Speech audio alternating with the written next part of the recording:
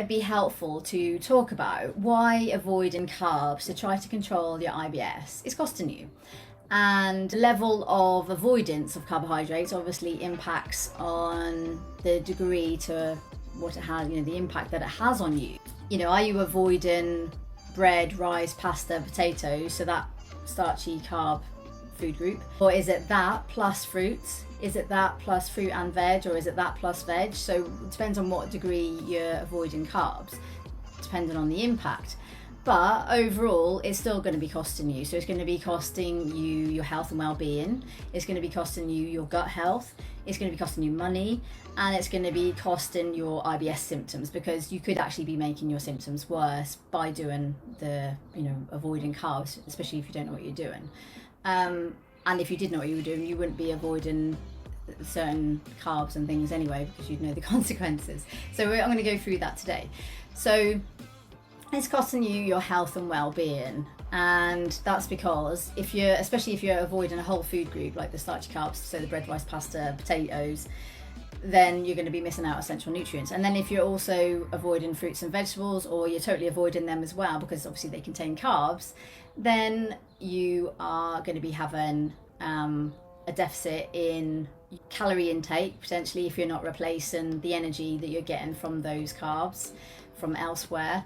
And you're going to be missing out on essential nutrients, so vitamins, minerals and fibre as well. But then you might be thinking, oh yeah, but I can get those from taking supplements. Well, taking supplements isn't a very good substitute unless you need to take the vitamins, minerals or whatever it is, the supplements, because you might be prescribed by your doctor. So I'm not saying that, but I'm saying you're self-prescribing yourself the nutrient supplements.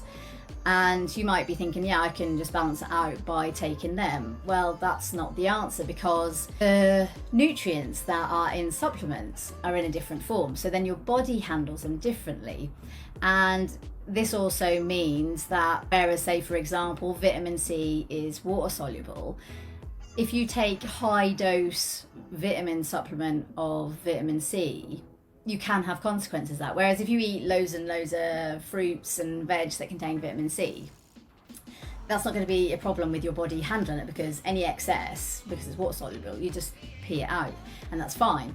But if you take excess vitamin C in supplement form, then you could end up having gut symptoms. So there are consequences, even though you might be thinking, yeah, that's okay, I know that that's a water soluble vitamin, it's fine. Well, it might not be fine. And also, because if you have a certain condition, taking supplemental form of vitamins and minerals can make them worse. So for example, using vitamin C, if you have hemochromatosis, which is where your body stores iron, and the vitamin C enhances absorption of iron, so then you're going to be making it worse. And the impact of your body storing iron is the fact that it damages your organs. So it's important to know what you're doing when you're taking supplements. Nutrients compete for absorption. For example, zinc and copper compete for absorption. So by taking, say you think, yeah, I'm going to take zinc because it does X, Y, and Z. So you start taking zinc supplements, then you're going to knock out the balance between the nutrients in your body. So it's not wise to take individual nutrients unless you know what you're doing, or they've been prescribed by your doctor.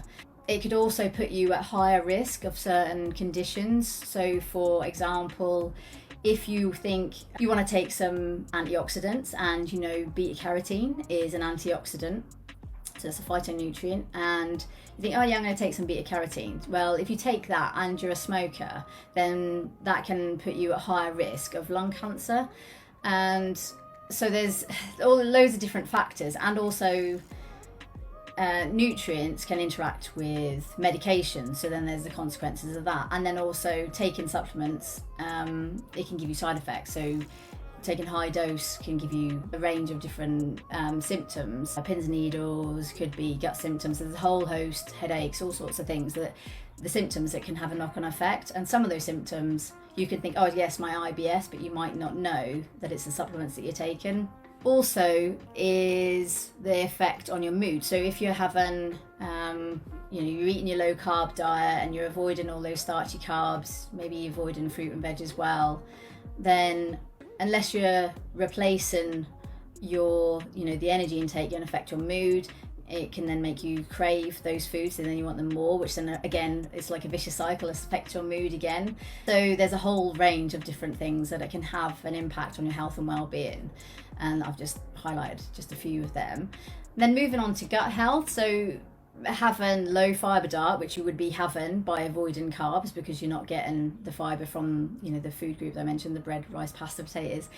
And then also obviously fruits and vegetables have fiber, so if you're not eating them, then you're not going to be getting the fiber. Fiber has an impact on your gut bacteria, and also the variety of food in your diet has an impact on your gut bacteria. This reduces, so if you're not eating those foods, and then that reduces the quantity and composition of the gut bacteria. This obviously then has a knock-on effect, because the gut bacteria has an impact on the health of your gut lining. So they produce, so when you eat food and it passes through the system and your body takes all that it needs, you know, the nutrients and the water and everything out of the food as it passes through the system, the gut bacteria in the large intestine ferments the residues, the food, the leftover food, if you like. Actually look like food because it's gone through the system, but it's been digested. Gut bacteria ferments it, so it basically eats that, and then that produces short chain fatty acids, which is basically fuel for the lining of the gut. So then you're going to have an impact on the gut lining, so the health of your gut lining,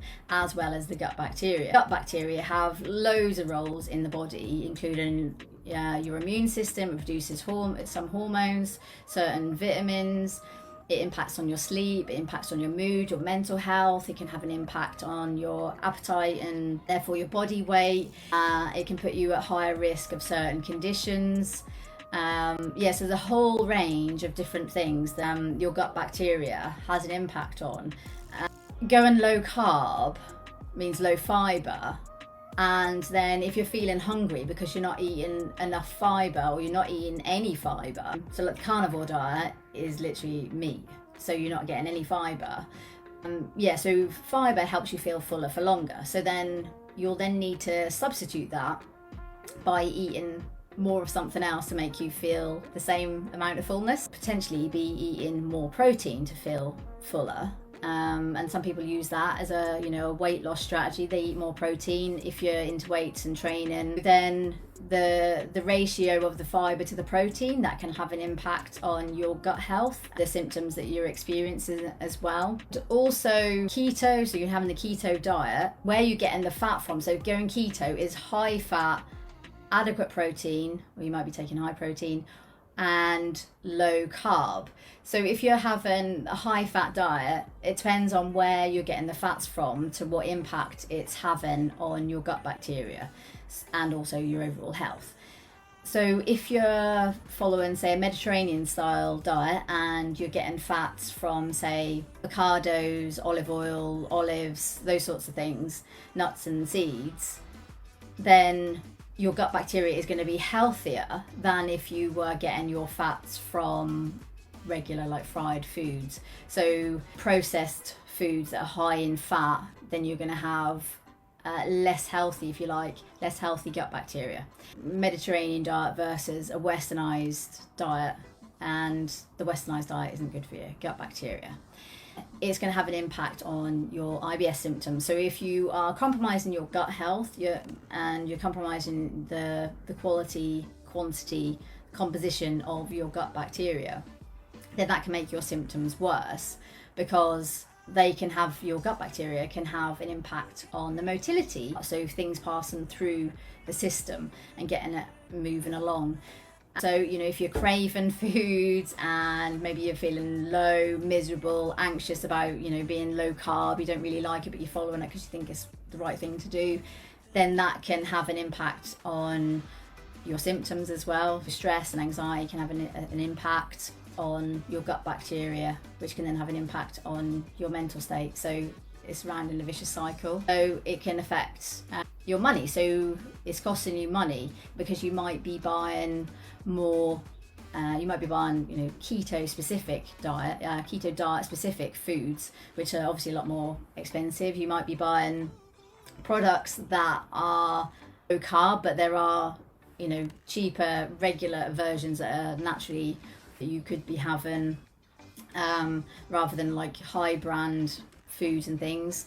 But then there's also, if you're having a high protein diet, avoiding carbs, so then you'll be having your protein from animal sources rather than plant sources, because if you're not having them, so beans, pulses, those sorts of things, then they're a plant protein source. But if you're avoiding carbs, because obviously they contain carbs as well, then you're not having that, so then you'll be going to alternative, which is animal sources of protein. So with the fibre, you could be eating more food, so then you're spending more money because you've got to buy more food to make you feel fuller.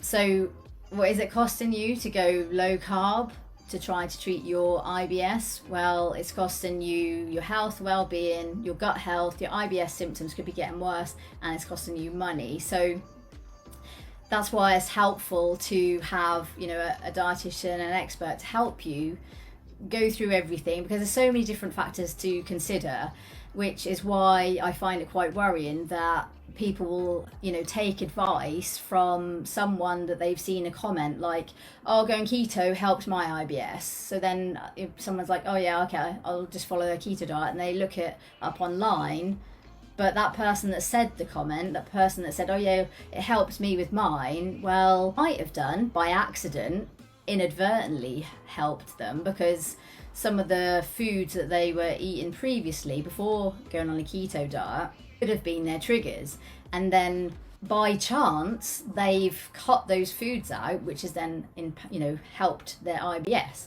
But for you as an individual, you might have a whole host of other things going on that person doesn't know or even care about. Whereas if you go to a dietitian, they are going to look at your diet, what supplements you're on, they're going to look at your medical history, they're going to look at any medications, they're going to look at you as a whole person. So they're going to take a holistic approach and come up with the right plan based on you as an individual. So that's why it's always wise to get the help of an expert rather than just trying to do it yourself. So there's lots there for you to think about. Hopefully you found that really helpful. If you've got any questions or anything, please just comment. Enjoy the rest of the day. Thanks guys. Bye.